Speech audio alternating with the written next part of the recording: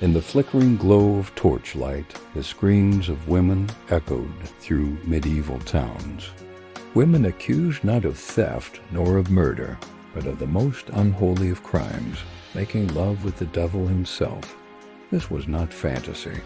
This was Europe from the 5th, 10th to the 17th century, when thousands of women were stripped, tortured, and burned alive because men claimed the devil had seduced them. This is the story of the witch hunts, when lust, religion, and fear turned entire kingdoms into hunting grounds for evil women. It began quietly, a rumor in a small village. A cow stopped giving milk, a child fell sick, and someone whispered, "A witch did it." The church, obsessed with rooting out sin, began to see these whispers as proof. In 1487, a book called Malleus Maleficarum, The Hammer of Witches, was published. It declared that women were naturally inclined to evil, that their sexual desire made them easy prey for the devil. Priests preached that witches lay with Satan under moonlight, sealing their loyalty with a kiss, not on the hand, but on the devil's most shameful parts. The accused were often poor, widowed, or simply different, but their charges always circled back to lust. Under torture, they confessed to impossible things, to flying through the night on broomsticks, to kissing demons with goat faces, to birthing monstrous children from the devil's seed.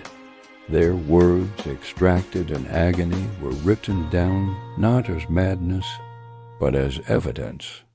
Every confession fed the hysteria, and for the men who conducted the trials, these women's supposed sins were both terrifying and strangely alluring.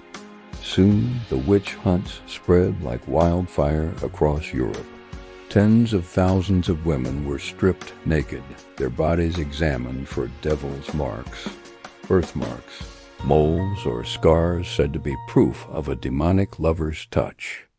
Torture chambers became confession factories, and every scream was twisted into proof that the devil was near. Some women were drowned. If they floated, they were witches. If they sank and died, they were innocent.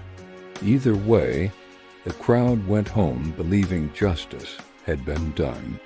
But beneath the surface of religion and fear lay something darker, a paranoia of female sexuality. In a world ruled by men and the church, a woman's body was seen as dangerous, seductive, and sinful.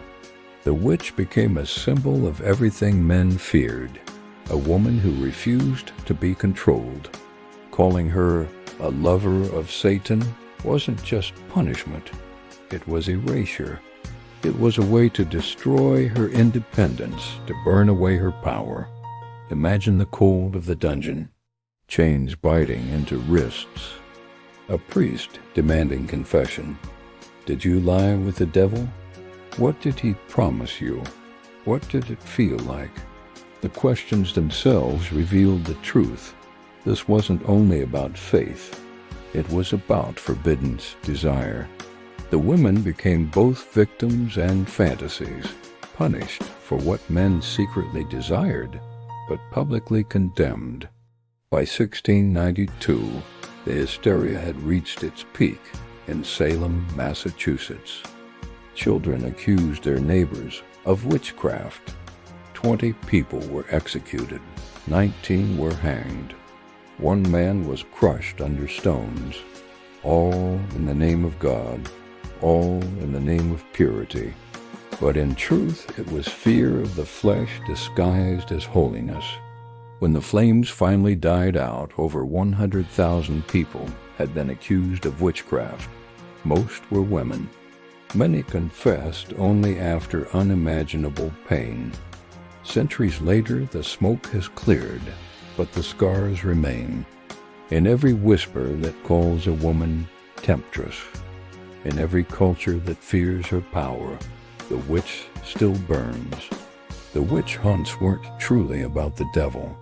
They were about control, and the fear of women who could not be tamed.